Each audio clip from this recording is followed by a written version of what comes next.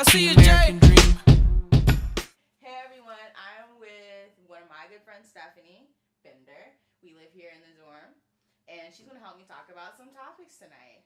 I have some experience with dating and relationships, but I'm from a really big school outside of Philadelphia, Pennsylvania, and I've had relationships in the past, and so coming here was just kind of another step.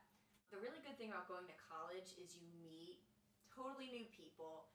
You can redefine yourself, and also because it's not like high school and you're not very cliquey. Like in high school, it's like you date within your grade, or if you date above or below your grade, then it's really, really weird. Yes. Everyone's kind of like a senior's dating a freshman. Like looked upon. Yeah, as, looked a little strange. Yeah. But in college, it's not like that at all. Like if you want to go on a date with a senior, it's just two people dating.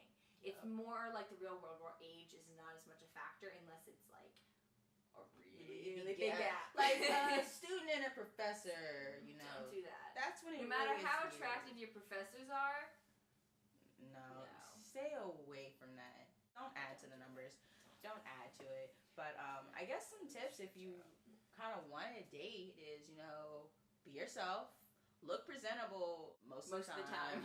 We say most of the time because we like to work out and we're in our sweats and our jeans. I've had a guy call me and come visit me when I've just come back from the gym and my hair is back. I smell like sweat. Got no makeup on. Thankfully, he was bike riding, so he was sweating gross too. Yeah. Whew. But if you can look presentable and put yourself together, then do so. You know. Unless it's an 8 o'clock class, in which case everyone looks horrible. Oh, true. That's another topic. We'll talk about those class schedules and dressing and a whole nother segment. But if I had to say anything is, one, be presentable when you can.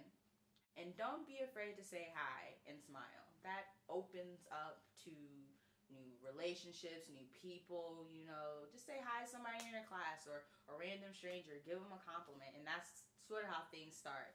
It's not in high school you can just sit in the class and wait for him to eventually one day just come say something to you. No. Girls, it is time to take some initiative. Well, especially at JMU, people here are really friendly and really outgoing.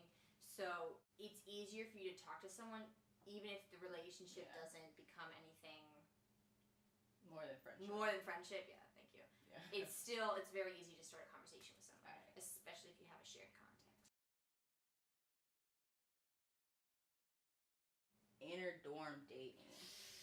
I'm the best and the worst person to answer this question. But the one thing is, we have a smaller dorm. We only have about 63 people in this dorm, student-wise.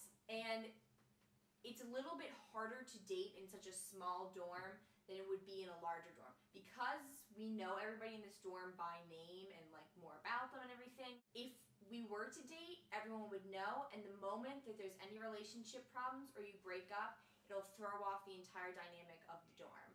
I think it's really smart to try not to date in the dorm.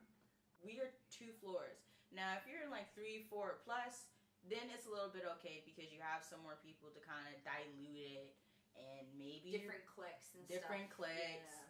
So it'll dilute it a little bit. Be careful when you're trying to do stuff like that. If you're brave enough and you're bold enough, go for it. But keep the idea in mind that if your relationship goes south, that it will cause a lot of problems in the dorm. Especially because in this dorm, because it's a very small, and we're substance free, so there's no alcohol and no drinking. Yeah, so we don't even have an excuse to hit on anyone. Like, you'd be completely cool if someone came back and they were like, "You're so hot, and I would totally date you, but think of a worse word." And and then they forget about it the next morning, or you do something that you maybe wouldn't necessarily do when you were sober. Well, we don't have that excuse here. No. So if you hit on someone, you're completely conscious when you're doing it, and you are in control of your actions. In our dorm, we have suite style, so there's 4 people to a bathroom. Yeah, second floor is all girls, and the first floor is kind of mixed, so there's definitely some different dynamics. Yeah. Like second floor, we can all talk about 17 magazine, heels, ponies, rainbows, unicorns, and downstairs one half is screaming at like ESPN, the other half is like artsy and. Sorry, I'm pointing out the fact that not all of us talk about rainbows and ponies. Like, I'm used movies and musicals and stuff behind me. Most of us watch Doctor Who or something, so don't be afraid that, like, you're gonna go live in a dorm and all the girls are gonna be like, pink rainbows, ponies! And while I do like all those things, I also like other stuff. This has been Jasmine and Stephanie on dating and interdorm relationships, so be sure to like this video. What's your name? My name is Carrie. I'm so very fly. Oh my, it's a little bit scary. Boys wanna marry, looking at my dairy. And you can stare, but if you touch it, I'm a berry. Pretty as a picture, sweeter than a swisher. Mad 'cause I'm cute.